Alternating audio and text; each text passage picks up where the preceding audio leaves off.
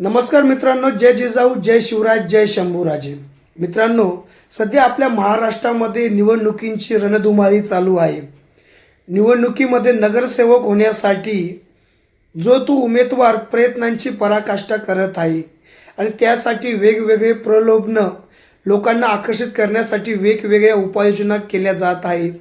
आणि याच्यामध्येच एक व्हिडिओ समोर आलेला आहे आणि तो व्हिडिओ बघितल्यानंतर खरे शिवप्रेमी जे असतील त्यांना नक्कीच वेदना होतील असा हा व्हिडिओ. सुरुवातीला तुम्ही हा व्हिडिओ बघा.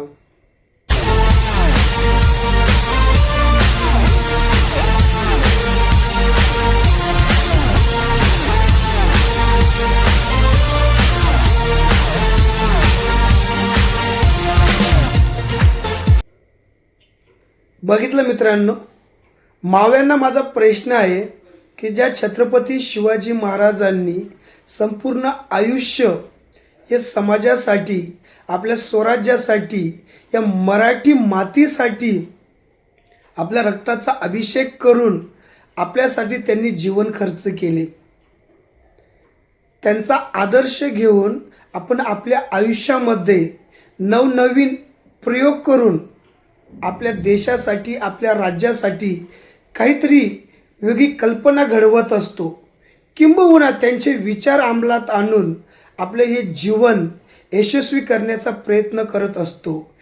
त्यामधला त्यांचा पहिला मूलमंत्र म्हणजे समाजामधील सर्व आया बहिणींची इज्जत करणे, परस्त्री माते समान हा त्यांनी उपदेश संपूर्ण महाराष्ट्राला, स्वराज्याला दिला.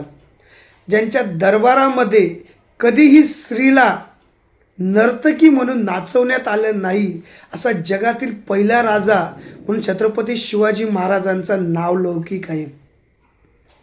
आणि मित्रांनो, डॉक्टर बाबासाहेब आंबेडकर की जे स्वतः छत्रपती शिवाजी महाराजांना गुरु मानत, त्यांचे असंख्य विचारावरती ज्यांनी संविधान लिहिलं, त्यांनी अनेक गोरगरिबांना, स्त्रियांना त्यांचे हक्क मिळवून दिले. कुठल्याही स्त्रियेवरती जर अन्याय होत असेल तर तिला न्याय देण्याचा प्रयत्न जो आज कायदा निर्माण झाला, ते डॉक्टर बाबासाहेब आंबेडकरांनी तो अंमलात आणला.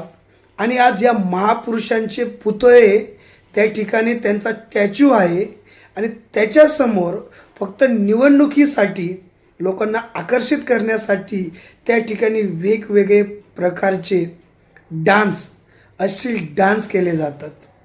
मित्रांनो, ज्या आयोजकाने ही गोष्ट केली ती तर निंदनीय आहेच, पण त्याच पद्धतीने गुन्हा करणाऱ्यांपेक्षा जो गुन्हा बघून पण चूप राहतो तोही तेवढाच दोषी आहे.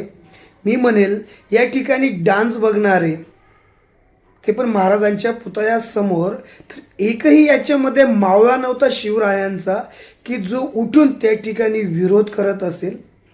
मित्रांनो, अनेकांना वाटलं असेल भारतीय जनता पार्टी हिंदुत्वासाठी लढत आहे आणि हिंदुत्वासाठी लढत असणाऱ्या पार्टीला आपण विरोध कसं करणार, हे आहे यांचं हिंदुत्व. मित्रांनो, राजकारण बाजूला ठेवा.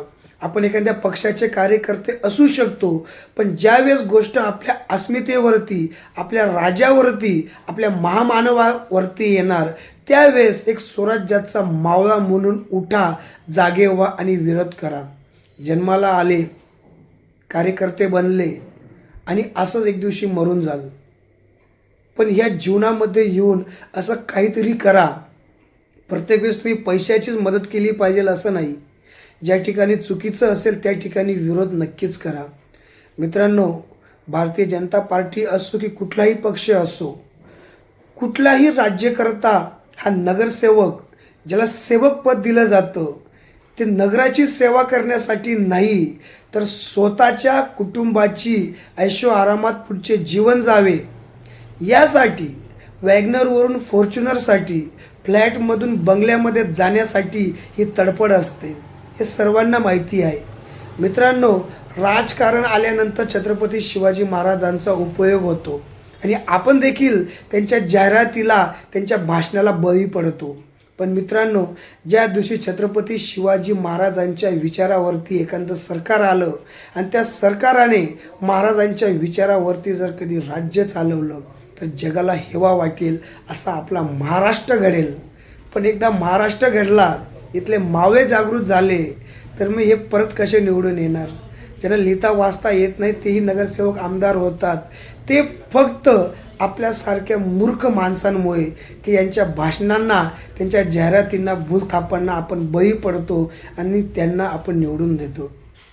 शेवटचं सांगतो, मी नेहमी सांगतो की पक्षाचे कार्यकर्ते होण्यापेक्षा स्वराज्याचे मावळे व्हा आणि इलेक्शनला, निवडणुकीला जाताना कुठल्याही पक्षाचा विचार न करता जो उमेदवार उभा आहे तो आपल्यासाठी खरंच काही करेल का, समाजासाठी काही करेल का, त्याची काही भावना आहे का, मग तो श्रीमंत असो, गरीब असो, कुठल्याही जातीपातीचा असो, त्याच्या कामावरती त्याला तुम्ही मतदान द्या.